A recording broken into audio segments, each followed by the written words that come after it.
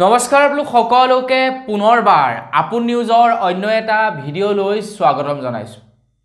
পইচাই কথা কয়। আপোনালোকে বাৰু কেতিয়াবা পইচাই কথা কোৱা শুনিছেনে? কেতিয়াও চাগে হয়তো আপোনালোকে পইচাই কথা কোৱা শুনা নাই। কিন্তু আপোনালোকে এখন প্ৰাইভেট হস্পিটেলত যাব। তেতিয়া দেখিব যে পইচাই কথা কৈ আছে। আপোনালোকে এখন চৰকাৰী হস্পিটেলত বেডত পৰি থকা বা চৰকাৰী হস্পিটেলৰ বাৰান্দাত পৰি থকা এজন ৰোগীৰ ওচৰলৈ যাব, তেতিয়া দেখিব যে পইচাই কথা কৈ আছে।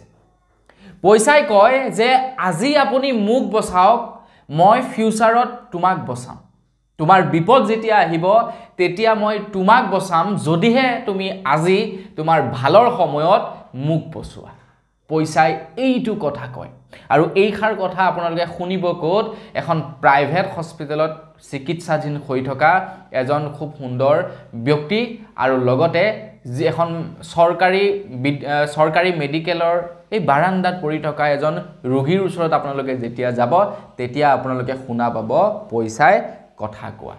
তো বন্ধু বান্ধৱীসকল, বহুতো লগৰ বন্ধুৱে মোক কয় যে মই হেনো বহুত চিকটা। কি কাৰণে?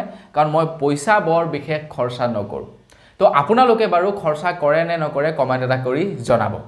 তো মই মোৰ ইনকমৰ প্ৰায় 80% পইচা মই কি কৰোঁ, ছেভিংছ একাউণ্টত ভৰাই ৰাখি দিওঁ। বাকী 20% পইচা মই মাহটোত খৰচা কৰোঁ আৰু এনেকুৱাকৈ চলোঁ যে মই ভিখাৰী, মোৰ ওচৰত পইচা পাতি নাই। তো আপোনালোকে কেনেকুৱাকৈ চলে, সেইটো আপোনালোকৰ লাইফষ্টাইলটো কেনেকুৱা কমেণ্ট এটা কৰি জনাব। তো বন্ধু বান্ধৱীসকল, ইমান দিনে মই মোৰ পইচাসমূহ ছেভিংছ একাউণ্টত ৰাখোঁ, সময়ে সময়ে সেই পইচাবিলাক উলিয়াওঁ, যেতিয়া দৰকাৰ হয় কামত লগাওঁ। কিন্তু মোৰ যিমানটো পইচা থাকে ছেভিংছ একাউণ্টত, মোৰ সিমানটোৱেই থাকে। মই যদি 100 টকা এটা ছেভিংছ একাউণ্টত থওঁ, দুমাহ পাছত যদি সেই ছেভিংছ একাউণ্টটো খুচৰোঁ, তেনেহ'লে তাত 100 টকাই থাকিব। যিমানটো থওঁ মানে সিমানটোৱে থাকিব, বাঢ়ি নাযায়। কিন্তু আপোনালোকৰ কাৰণে এটা ভাল খবৰ আহিছে। আপোনালোকে এতিয়া দৈনিক 100 টকা ডিপজিট কৰি আপোনালোকে লাভ কৰিব প্ৰায় 56 লাখ টকা। দৈনিক 100 টকা জমা কৰিলেই হ'ল, বেছি জমা কৰিব নালাগে। এজন হাজিৰা কৰা মানুহেও জমা কৰিব পাৰিব দৈনিক 100 টকা। দৈনিক 100 টকা জমা কৰি এতিয়া আপোনালোকে উপাৰ্জন কৰিব পাৰে 56 লাখ টকা। উপাৰ্জন নহয়, আপোনালোকে গেৰাণ্টিত পাব 56 লাখ টকা। দৈনিক 100 টকা জমা কৰিলে 56 লাখ টকা লাভ কৰিব। তো সেইকাৰণে মই ভাবিছোঁ যে বেংকত পইচাটো থোৱাতকৈ এতিয়াৰে পৰা ময়ো পইচা সেই জেগাত ৰাখিম, যি জেগাত ৰাখিলে নেকি মোৰ পইচা বৃদ্ধি হয়, কমি নাযায়, মোৰ পইচা বৃদ্ধি হয়। সেই জেগাত ৰাখিম। 2025 চনৰ পৰা মই সেই সংকল্পটো লৈছোঁ। আপোনালোকেও সেই সংকল্প লওক আৰু আপোনালোকেও 2025 চনৰ পৰা এটা প্ৰণ বান্ধক। আপুনি হাজিৰাই কৰক বা আপুনি যিয়ে নকৰক, ডেইলি 100 টকাটো আপোনালোকৰ উপাৰ্জন হয়। আপোনালোকে থিৰাং কৰি লওক যে মই ডেইলি 100 টকাকৈ ডিপজিট কৰি যাম, একদম লাভ কৰিম কিমান টকা? 56 লাখ টকা। তো কেনেকৈ পাব, কি কৰিব, সকলোবিলাক আজিৰ এইটো ভিডিঅ'ত A to Z জনাম।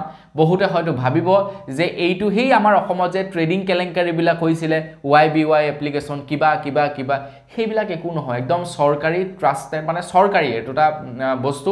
গতিকে আপোনালোকে ডেইলি 100 টকাকৈ মাত্ৰ থৈ যাব লাগে, 56 লাখ টকা লাভ কৰিব। কেনেকৈ কি কৰিব সকলোবিলাক আপোনালোকক জনাম। তো মই শ্ৰী প্ৰাঞ্জল গগৈ, আপোনালোকে চাই আছে আপোন নিউজ। আহক আৰম্ভ কৰোঁ আজিৰ ভিডিঅ'। বৰ্তমান সময়ত যদি আপোনালোকে ঘৰতে বহি অত্যাধিক টকা ইনকম কৰিব বিচাৰে, তেনেহ'লে আপোনালোকে ষ্টক মাৰ্কেটত পইচা ইনভেষ্ট কৰিব পাৰে।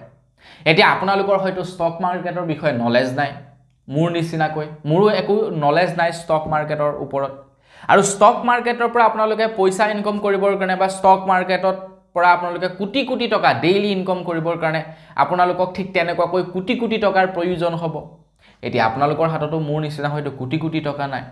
তো আমাৰ নিচিনা যিবিলাক নেকি অকণমান দুখীয়া মানুহ, যিবিলাক নেকি মধ্যবিত্ত মানুহ বা দুখীয়া মানুহ বুলি ক'লেও বেয়া নহয়, তো দুখীয়া মানুহৰ কাৰণে এটা বস্তু আছে, সেইটোৰ নাম হৈছে SIP, অৰ্থাৎ ছিষ্টেমেটিক ফাণ্ড, যিটো কোৱা হয় ছিষ্টেমেটিক ইনভেষ্টমেণ্ট প্লেন, যিটো কোৱা হয় SIP, ছিষ্টেমেটিক ইনভেষ্টমেণ্ট প্লেন, এইটো কয় SIP।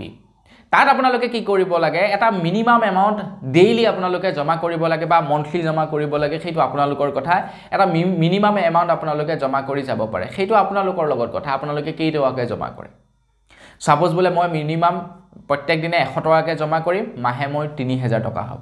বোলে সাপোজ কৈছো আৰু মিনিমাম মোৰ বোলে হিমানটো কৰিম বোলে নহয় মই তাতকেও কম কৰিম বোলে ডেইলি মই 10 টকাকে জমা কৰি যাম মাহেকত মই 300 টকাকে এসআইপি কৰিম হেতু আপোনালোকৰ লগত কথা আপোনালোকে কেনেকৈ কৰে হেতু কোৱা হয় এসআইপি সিস্টেমেটিক ইনভেষ্টমেন্ট প্ল্যান তো আমাৰ নিচিনা দুখীয়া মানুহৰ কাৰণে হৈ গল এসআইপি তো সেই এসআইপি যদি আপোনালোকে এতিয়া দৈনিক 100 টকাকৈ জমা কৰে তেনেহলে আপোনালোকৰ ঘৰৰ যদি সৰু লৰা চলি জাস্ট নিউ বৰ্ন বেবী আছে তেওঁলোকৰ নামতে যদি আপোনালোকে এসআইপি কৰি যায় নইটো 100 টকাকৈ তেওঁলোকৰ বয়স যেতিয়া 20-25 বছৰ হ'ব তেতিয়া আপোনালোকে কিমান টকা পাব আপোনালোকৰ এনি আইডিয়া আছে নে আপোনালোকে লাভ কৰিব প্ৰায় 56 লাখ টকা প্ৰায় 56 লাখ টকা আপোনালোকে লাভ কৰিব আপোনালোকৰ নিউ বৰ্ন বেবী যেতিয়া গৈ পিনি 24-25 বছৰ হয় এতিয়া লৰা চলিৰ কাৰণে আমি এলআইসি পলিসি খুলো ডাকঘৰত খুলি ৰাখো তো তেওঁলোকে আমাক সেই হিমানটো পৰিমাণৰ মানে আমাক ৰিটাৰ্ণ নিদিয়ে আপুনি যদি তেওঁলোকৰ ওচৰত 2 লাখ টকা এটা জমা কৰে তেওঁলোকে বেছিতকৈ বেছি আমাক